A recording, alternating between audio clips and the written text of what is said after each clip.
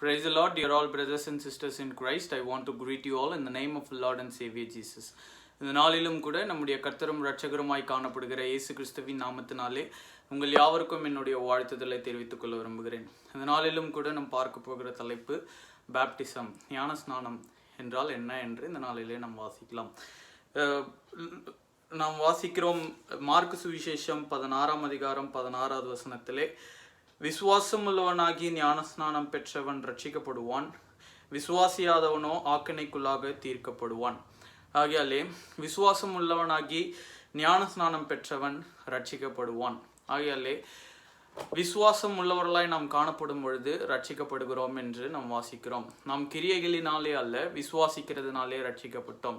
அதிலே நம்முடைய கிரியை ஒன்றும் இல்லை, தேவனுடைய கிருபையே அதிலே காணப்பட்டது என்றும் நமக்கு நன்றாக தெரியும். இப்பொழுது ஞானஸ்நானம் என்றால் என்ன? ஒரு ஊழியக்காரர் சொல்லும் பொழுது அருமையாக சொன்னார். It is an outward expression of a inward change.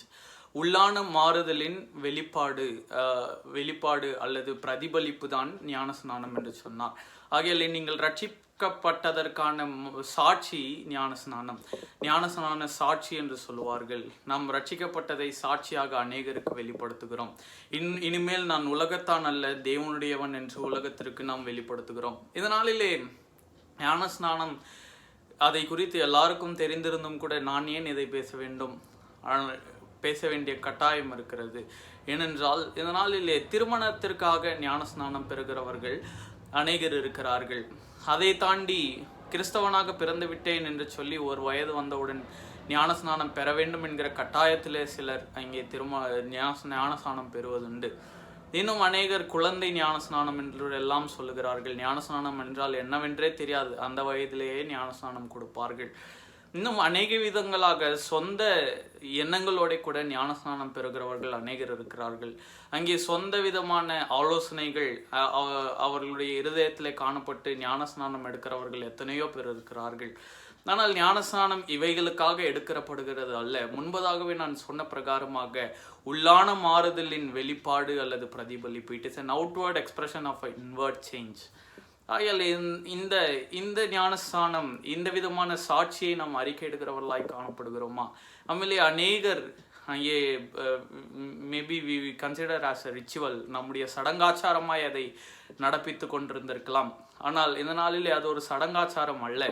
ஞானஸ்நானம் என்று சொல்லப்படுவது ஒரு தெய்வீகமான ஒரு காரியம், சாட்சியான ஒரு காரியம்.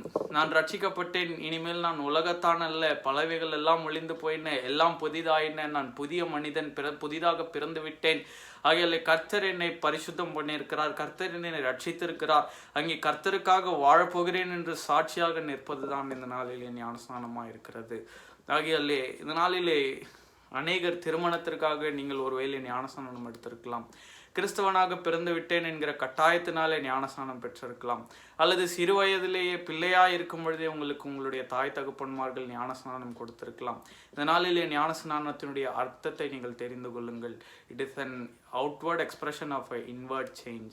உங்களுடைய உள்ளான மாறுதலின் வெளிப்பாடு. உள்ளான மாறுதல் தான் என்ன? ரட்சிப்பு. அதை நீங்கள் ஜனங்களுக்கு வெளிப்படுத்துகிறீர்கள், அதுதான் ஞானஸ்நானம். இந்த நாளிலே இந்த ஞானஸ்நானத்தின் சாட்சியை அறிந்து கொண்டவர்களாய், ரட்சிக்கப்பட்டவர்களாய், தேவனுக்கு முன்பதாகவும் தேவனுடைய ஜனங்களுக்கு முன்பதாகவும் நீங்கள் சாட்சிகளாய் இருங்கள்.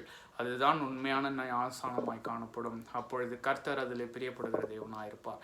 நாளை தினத்தில் இன்னொரு வீடியோவில் நாம் சந்திக்கலாம். Until then, bye from Daniel. Thank you.